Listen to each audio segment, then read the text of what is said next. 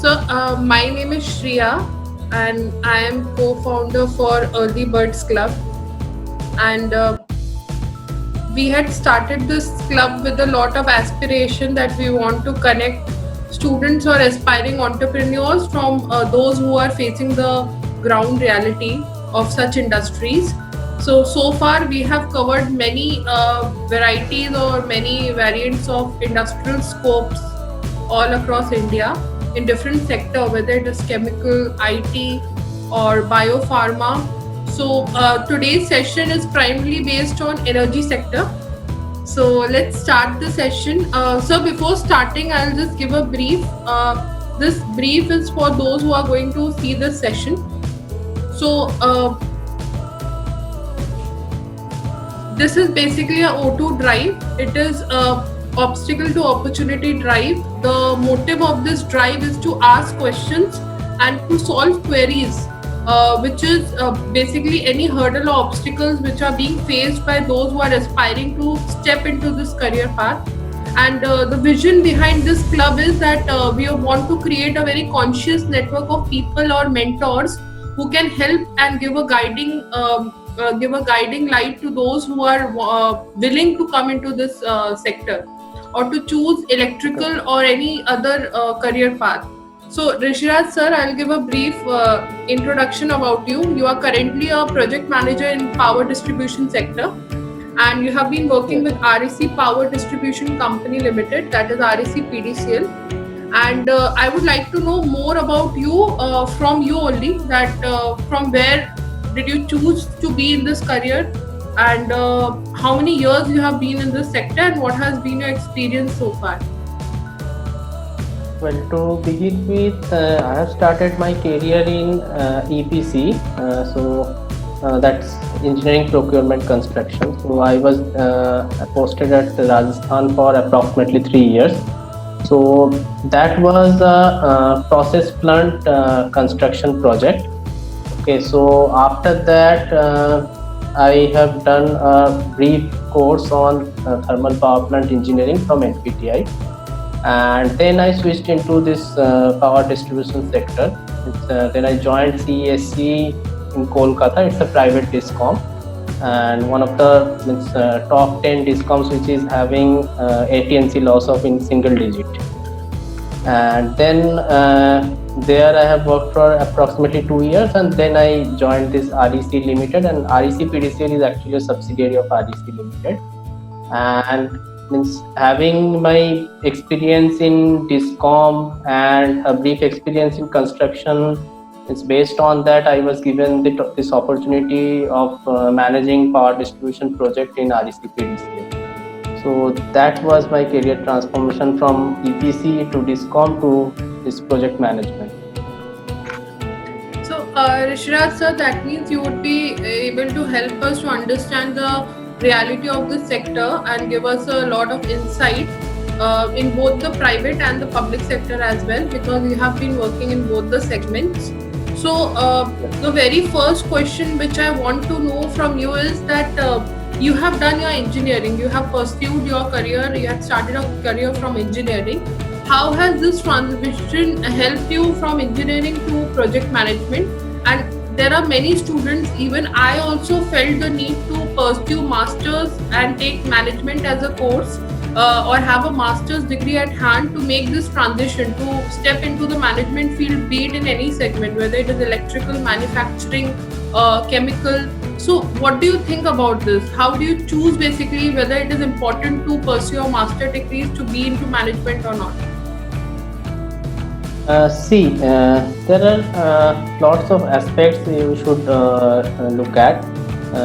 Suppose if you are working as a project manager, so based on the type of the project, so you will based on the type of the project means you at least need some basic sectoral expertise on that area, because otherwise means you will be able to manage everything, but you will be managing the project without knowing the technical nitty-gritties, means what is going on a daily basis.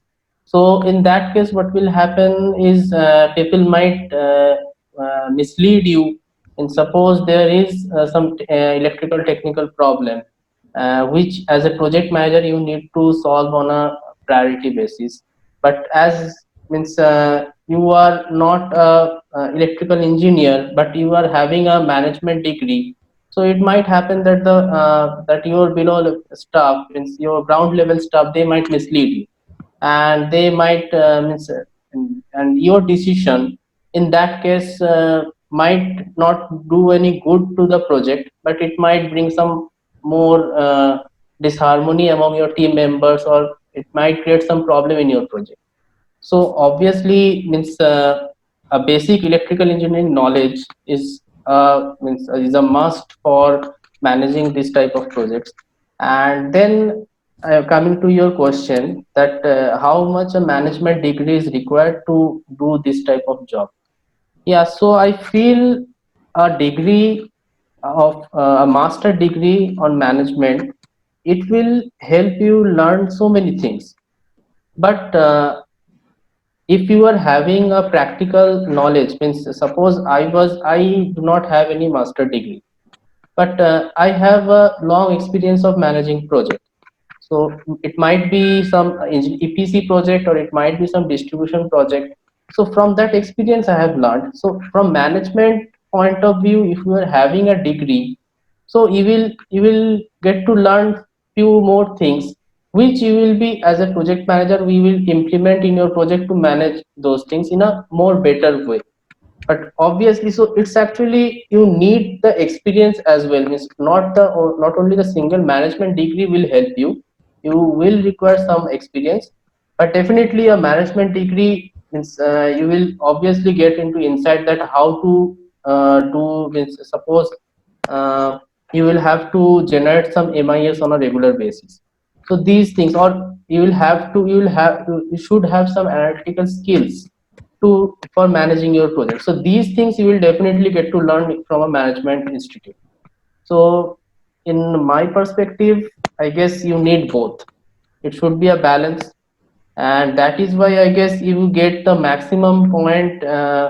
Means if you are having nearly 5 years of experience, while means after appearing CAT, if you are joining an IIM, so you are getting maximum points for having 5 years of experience, because in India it's generally means it's considered that 5 years experience is sufficient to become a manager.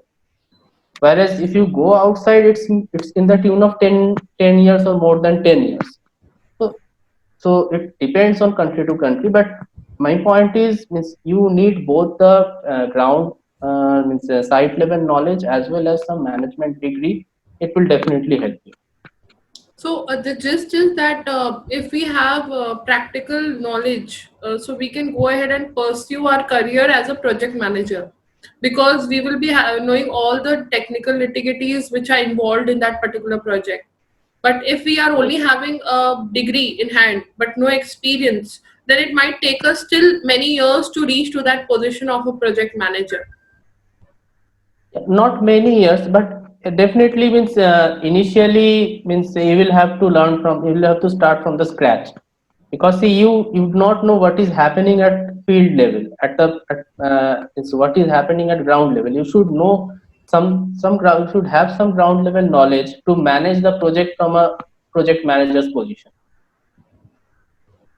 Thank you so much, Rishiraj sir. I think many students, as a graduate, they are very much confused what to do next, especially with the ongoing situations where mostly industries are going through a transition and mostly industry are facing a lot of challenge. So when they want to opt out of that particular field and they want to pursue something else in the industry, they are very much confused that whether it is important to take a master degree first or take more experience first. So I think your insight into this is going to guide them a lot. And now coming to your particular role, so I have read about your like in your biography that you are into energy auditing. And I want to know that what is actually energy auditing and what is the scope of this role in future in India. No, just let me correct you a little bit. I am not into energy auditing, but yes, I am a certified energy auditor. Uh, and means actually the point is, in today's market, means energy auditing is a very relevant subject. Means, but the problem is the market is not that open for energy auditors. What happens? There are lots of area where we need to implement energy auditing on a priority basis, because there are so many energy intensive industries which need to implement these energy auditing techniques in order to save energy in a better way, or in order to manage energy consumption in a better way. But what happens, these so-called energy intensive industries, what they usually do, they usually keep a certain amount of their profit to implement this type of energy efficiency measures in their plant.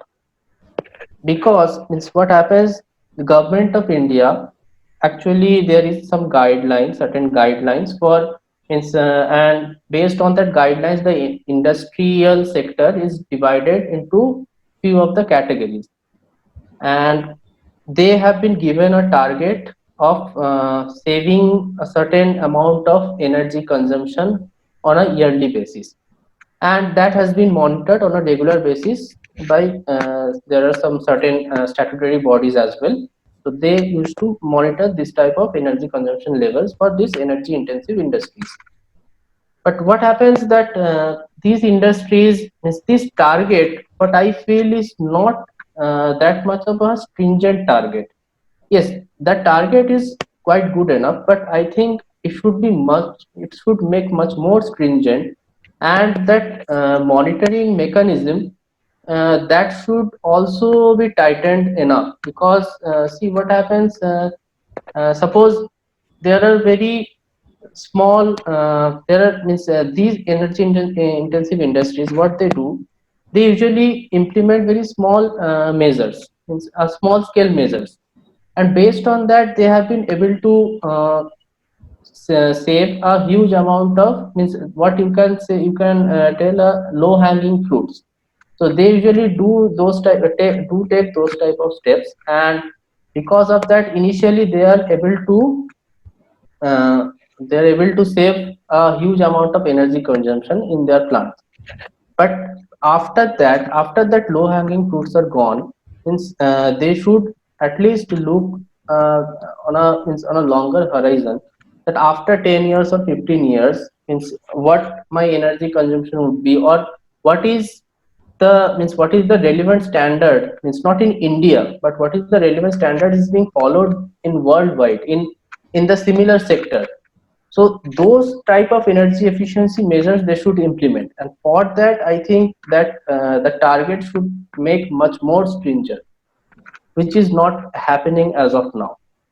And therefore means I feel that energy efficiency market is a very big market, and it's an open market as well, but it's not that much work is being happening in that sector, means in that market as of now. So yes, there is definitely a chance of means there is definitely a scope of gaining some means market capitalization in that area. So, Rishya sir, you mean to say that if I, if I reframe your answer, you mean to say that there is a scope in future that this market would be at a surge and more people would be going to explore energy auditing. But right now we don't have as such because of certain government regulation. Energy auditing is not that much of an explored area in India right now.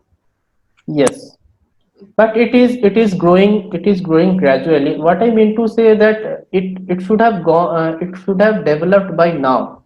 Means I have done my energy auditing, means I have got that certification 2 years back, and the market situation at that time, and if I am comparing the situation with present scenario, so I still feel that that market has not that much grown.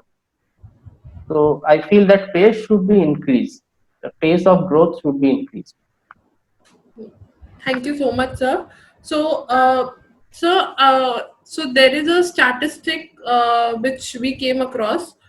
this states that about 65% of electricity consumed in India is generated by thermal power plants.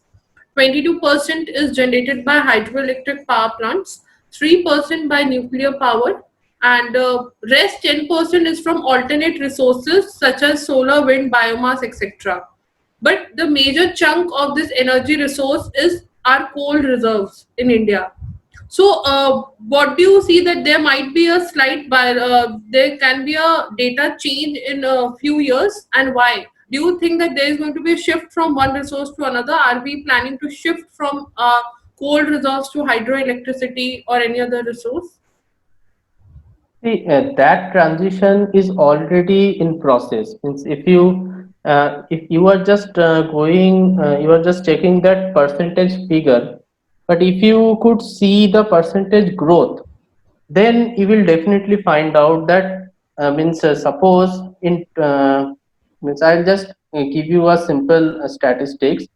What was the status of solar energy generation in 2000 uh, 2011? So that time it was roughly around 2600 or 2500 megawatt. Okay, during 2014-15 only, during the financial year 2014-15. And if you check the figure of 31st March 2020, it's in the tune of 38,000 megawatt.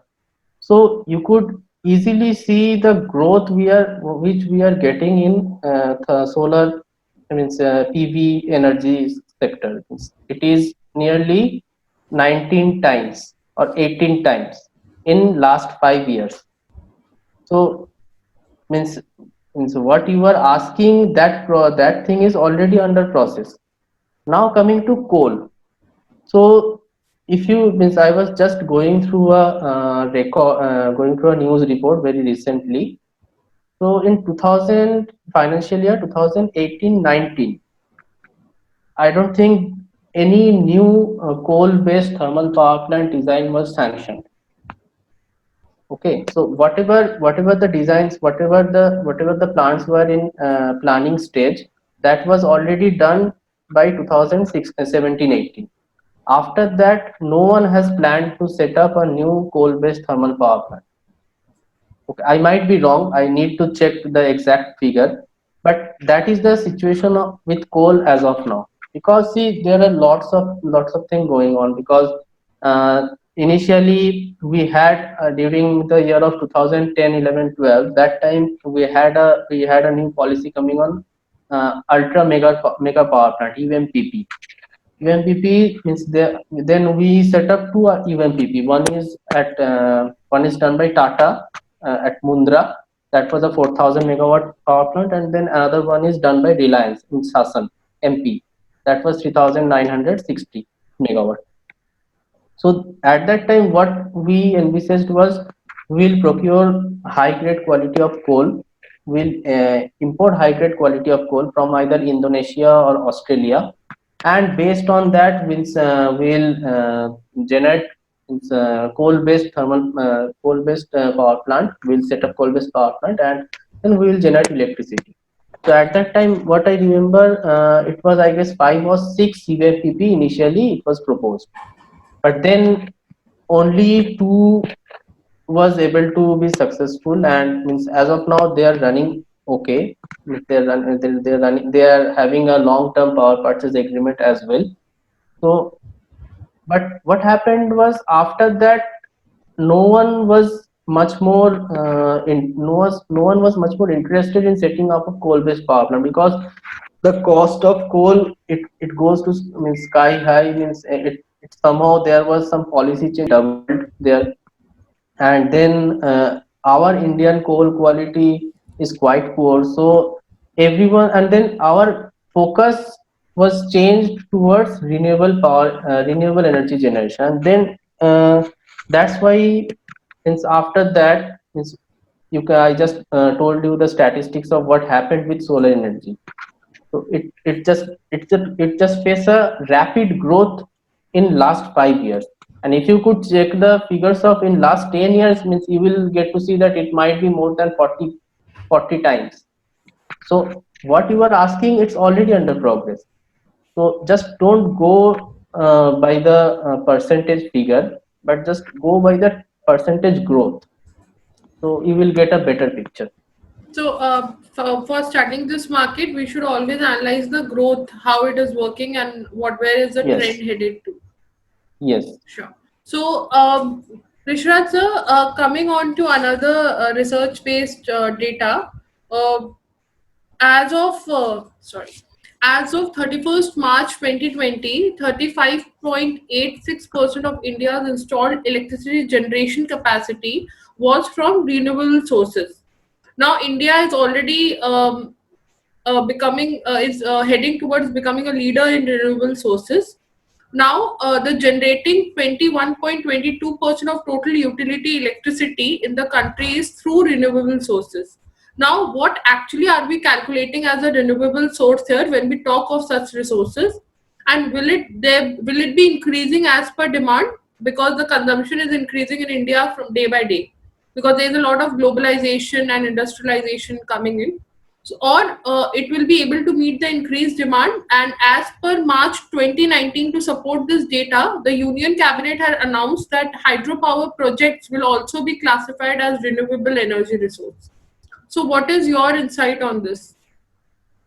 See, a hydro, because there are two things you should remember. One is base load and one is peak load. So base load is means that load doesn't fluctuate much during the entire 24 hours or 20 or during the entire 365 days.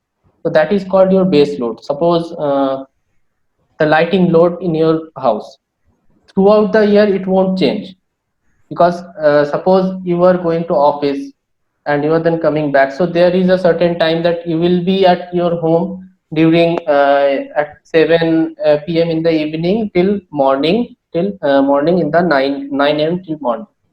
So the lighting load will means more or less it will be same, but definitely there the AC load and the heating load will come based on means if it is a winter or it's the summer season. Okay, but I am just talking about the pure lighting load. So that you can term as a base load. So the peak load is your AC load, which comes with change in season. So what I am trying to tell is this percentage you have just told me, 35 point something, which is our electricity consumption from renewable resources, right? So what happens, our grid, I feel that is not that much of capable to take care that that is the there with renewable energy, there comes lots of harmonics in our power system, which makes the grid much more unstable. So what we usually do is we keep our coal-based power plants and we keep our hydro power plants as a base load, and then we use our renewable or our nuclear energy power plant as peak load. Because see, in solar, what happens? You will get to generate the energy only during the daytime or only during the sunny days. The remaining time you won't be able to generate electricity. So as of now, you'll have to rely to some extent on your thermal power plant or hydro power plant. Now coming to hydro power plant. In India, means in Himalayan region, what happens, that region is still evolving day by day. Means you will, if you check the newspaper, you will get to know that there are still some earthquake on a regular basis. Means suppose in this area, means in Yes. any either in northern India or you can check in means during in northeastern area as well. I guess it's a type of means there is a trend of mild to uh, not severe, I should not tell, means a mild to medium range of earthquake that usually takes place. So that's why what we earlier envisaged that in Himalayan zone we have a very good hydropower generation capacity. So that thing is not that much of true, because it's in while you are setting a hydropower plant in an area, that area should not be that much of seismic prone area. It should be very stable. And then the second thing is runoff river. Means suppose there is a river which is having means the means at the upstream side you set up a hydropower plant. So and then the water flows away, and during that path you just generate some hydropower electricity, and then that water goes away. So that is called runoff river. So what in that case what happens means most of our rivers, they are completely based on means they are completely dependent on a good rainy season. Means apart from even the Himalayan zone, if you could check that this Narmada, Godavari, these type of rivers, or in Bengal side or in Jharkhand side, there are lots of rivers and their tributaries. So these are mostly dependent on good rainy season. So that's why what happened, if you are having a very bad rainy season, then you won't be able to generate that much of electricity during that time. So and then because there are lots of environmental issues, the gestation period of hydropower plant in India specifically, it's nearly 10 years. So these type of issues are there. So it's not like that you can scale up your hydropower generation overnight. Means if today it is 32, if today it is 20% or 22%, it's not like that after 10 years it will ramp up to 50%. It's not that easy.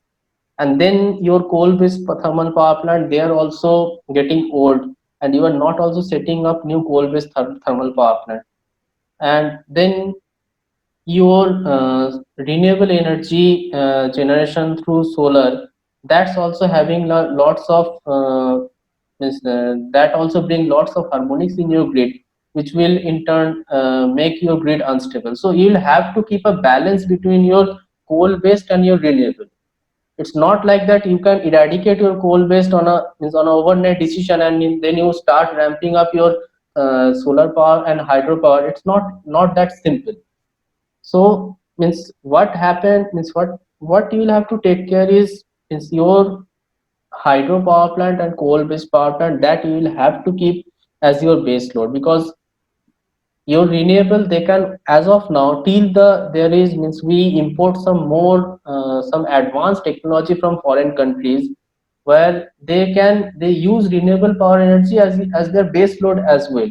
So we'll have to import that technology, and we'll have to implement that technology in our grid system. Only after that we can gradually means gradually ramp down decrease means this generation through coal based, and we can completely focus on renewable energy generation. So, Rishraj sir, thank you so much for giving us a statistical overview of how's the scenario currently. And so, all these research-based data is basically these are accumulated data from the internet. And as you know, basic idea of keeping the session was to make sure that people don't make perception on in the research or in their ongoing project based on the data which they find on the internet, because as since we are associated with that sector, you know the reality in a much wider scope. So you know where actually we are heading to, what are going to be the changes, and what is required to put those changes at place. So thank you so much. And this question is basically it is based on privatization of energy sector in India. So when we talk about privatization, there has been a significant poor financial health of discoms, and which is having a day-to-day impact on power sector. Now, the poor finances imply that they are unable to buy power or invest in the transmission and distribution infrastructure, or they are not able to make any update in technologies. So this also affects the retail consumers and the power producers in the market right now. So, what do you think that when we are facing such losses and there is a default, we are becoming loan defaulters as private sector owners? What will be the big picture behind for new entrepreneurs or new people who are stepping in the power play in this market? Well, see, government of India has already been started thinking in that area. So I guess you must have seen that news that there is a plan to privatize all the power department or discoms of union territories. So, but the thing is, uh, if you compare a private discom with a state discom, so there are lots of differences. Suppose means the private discoms, they are mostly operating in urban area. Whereas the state discom, they are having a vast rural area. Okay, so means you just cannot straight away say that private discoms are gaining profit and state discoms they are in loss. It's not that easy. Means there are lots of factors means which are not applicable for a private discom. Means in rural area, it's definitely very much tough to collect that revenue, and then it's also very difficult to maintain that infrastructure. And also, I mean, suppose in recently there was a storm in West Bengal named Amphan. So it has completely destroyed the electrical infrastructure in West Bengal, mostly in Sundarban area. So that comes under rural area. Okay, so it's not that easy to develop that area once again. And suppose if you are working in Kolkata was also badly affected, and you are working in a remote area, in a remote village which is in Sundarban area. So it's quite difficult to restore power supply in that area than Kolkata. In Kolkata, people are getting means that supply was restored on an average 10 to 15 days. But in that area, or you could remember that super cyclone in Odisha as well. So in that area, it took nearly more than 1 month, 1 to 3 months in some places, because see, there are means lots of issues. Means you will not able to even reach that area in time, and then because this is means this is just means that area is just like that you need some boat to reach some certain area, then you will have to wait for the high tide or low tide. So there are lots of constraints. Means it's not.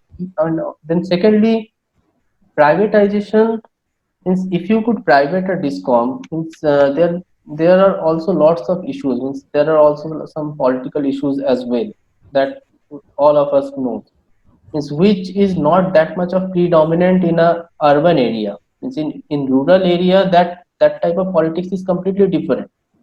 Means, and then there comes education. What happens that with education, people starts becoming more aware of their environment. So in rural area, the education level of education is quite less. So and then their level of income is also quite less. So what happens? They usually go for power pilferage. But in urban area, that thing is not that much of predominant. So these are the differences that we should always consider before talking about this privatization of discom. Now coming to your question, that what means means what will happen, means your question was what will be the big picture behind for the new entrepreneur for privatization, right? So now the private discom owners means they are already means taking up that challenge. And suppose recently you must have seen that Tata Power has been a part of that one of the discoms in Odisha, Sesu. And then there are lots of distribution franchisee work is also going on, which is being taken up in some places by Tata Power and in some places by CE as well. And then if you could see the recent news that there is news talking about that Reliance means this BSES Delhi, means Rajdhani and BSES Yamuna, means they are once again going to means change their owner. So see, these private discoms, they are already in the process, or already in the job, and they have been bidding aggressively in means wherever this discom privatization is going on.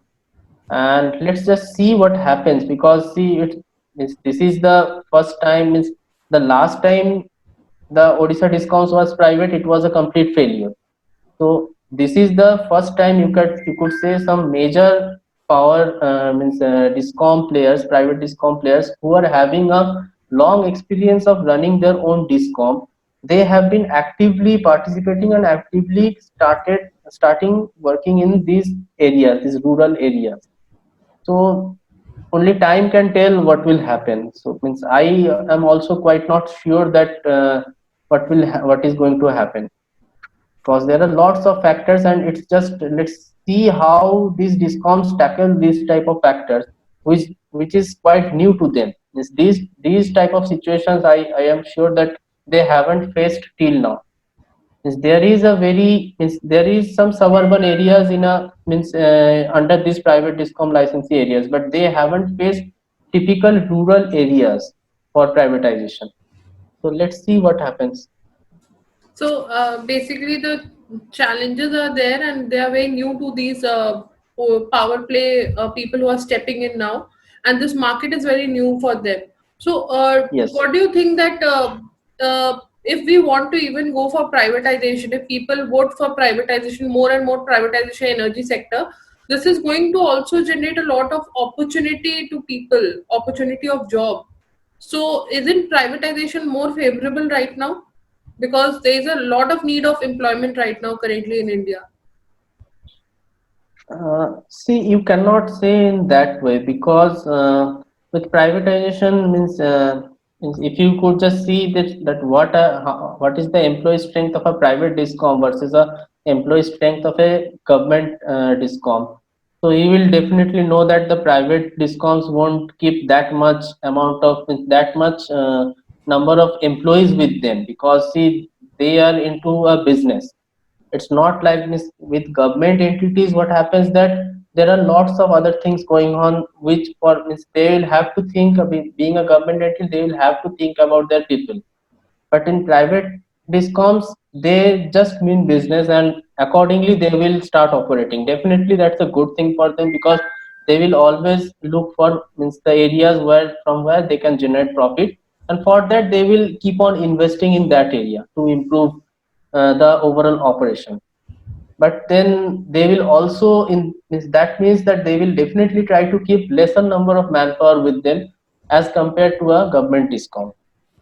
So and also what I told you that this is a very new thing, and let's just see what happens because means no one will be able to predict. Because see, if I predict something today, means it might happen there are so many factors, and one of the factors might become very much predominant, and it might happen that that entire prediction will be a wrong prediction. That's why I do not want to comment on this topic right now.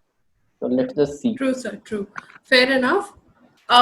So this is something which is related to the Paris Agreement, and which was based on climatic change and the effect of energy sector which it has on Mother Nature.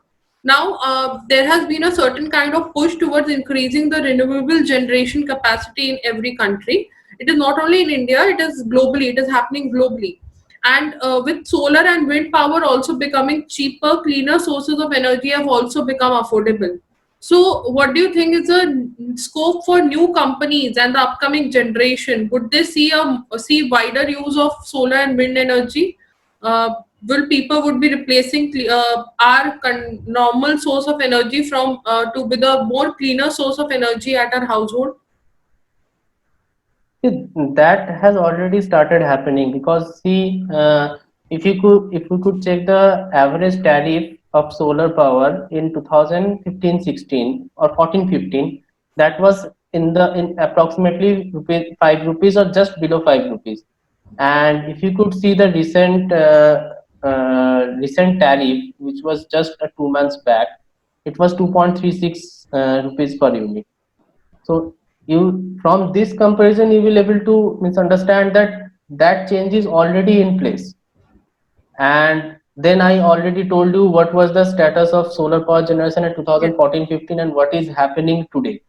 So there are already means lots of companies are there, means everyone is focused about solar, and every day if you open a newspaper every day you will get to see a new tender for solar power generation in either in a power plant or in a means in a barren land or something like this. Whoever having any kind of opportunity or any kind of land, they are going for solar, and they to keep their regular means what happens that if an industry set up a solar power plant, so for 24-25 years of long horizon their power consumption means that becomes secured because they know that they will be getting cheap power for in 24, 25 years, coming 25 years. So accordingly, they could easily plan their other factory expansions or something like that based on that tariff. And that is, means if you would see in 5 years, it has already become half.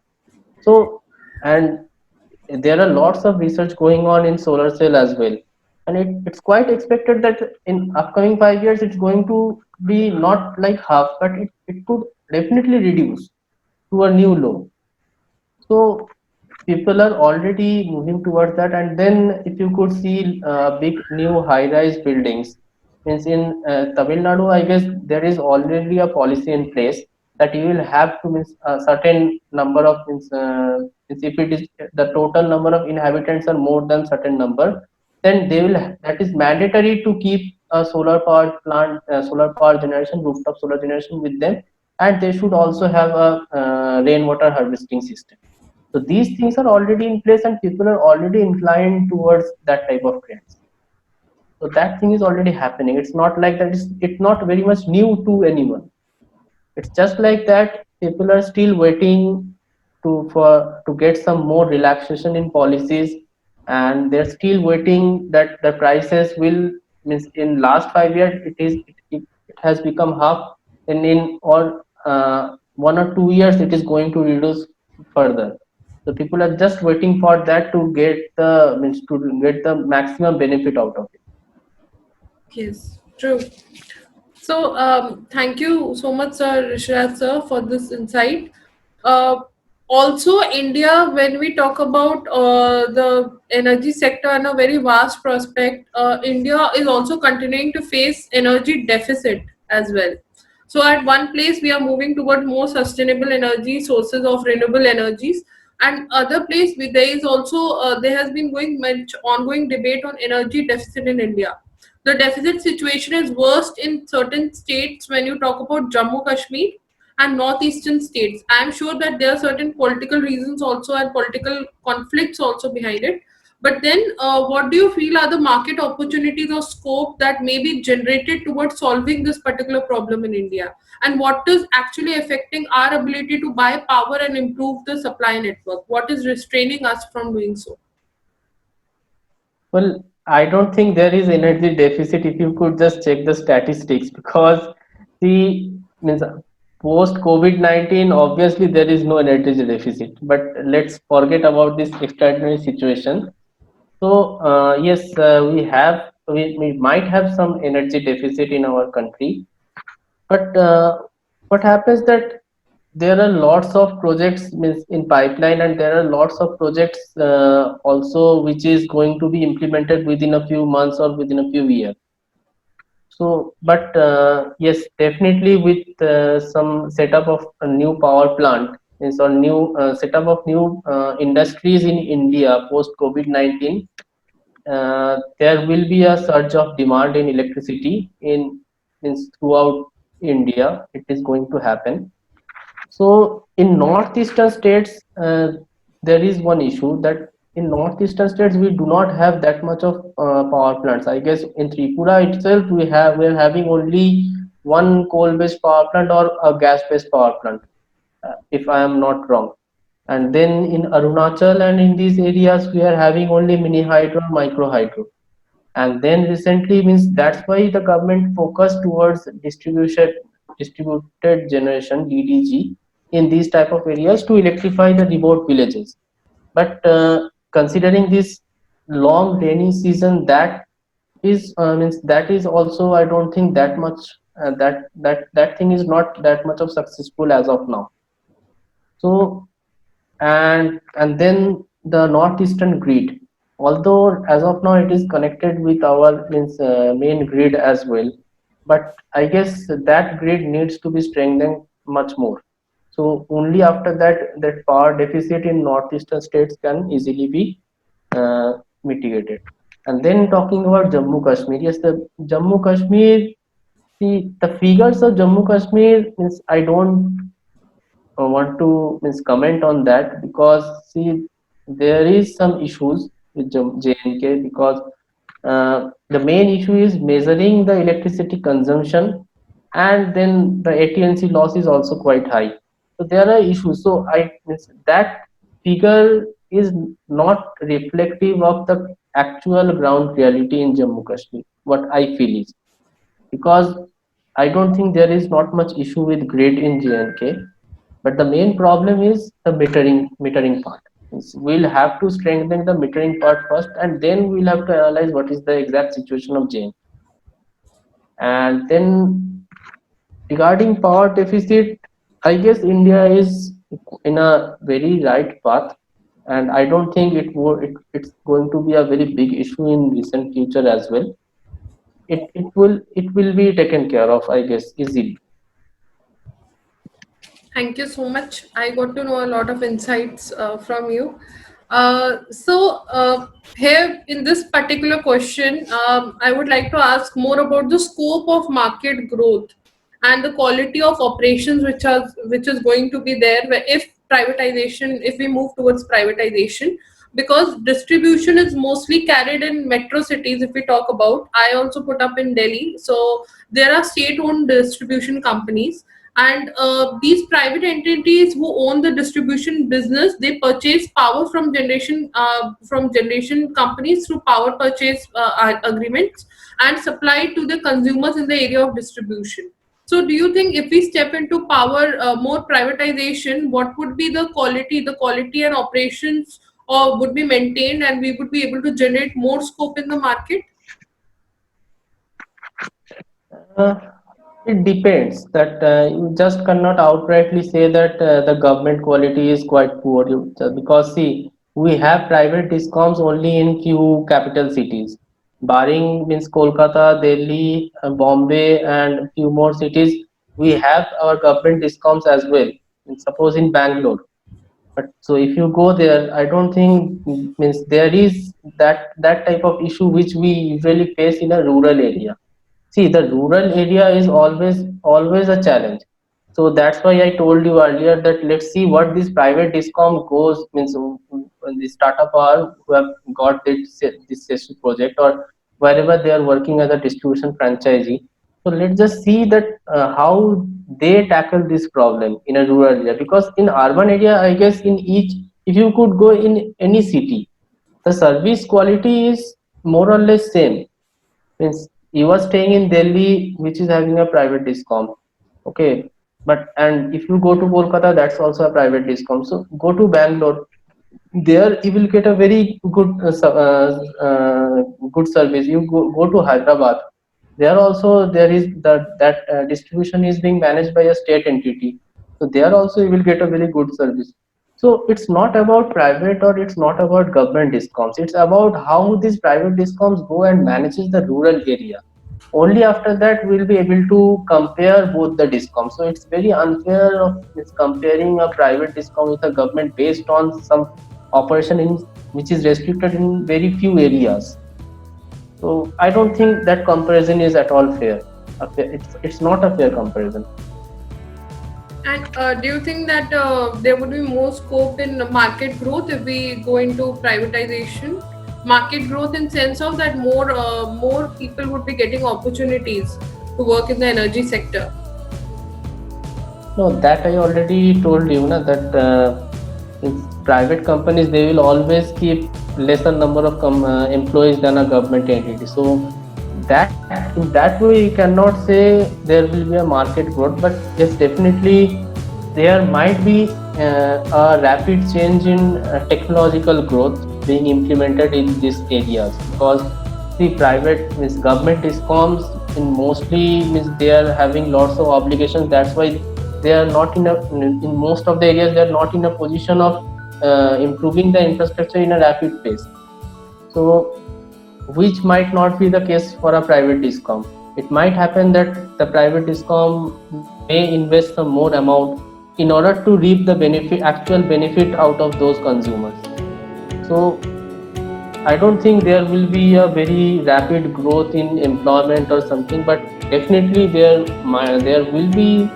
Since we can expect some rapid growth in technological front, yes, I think we can.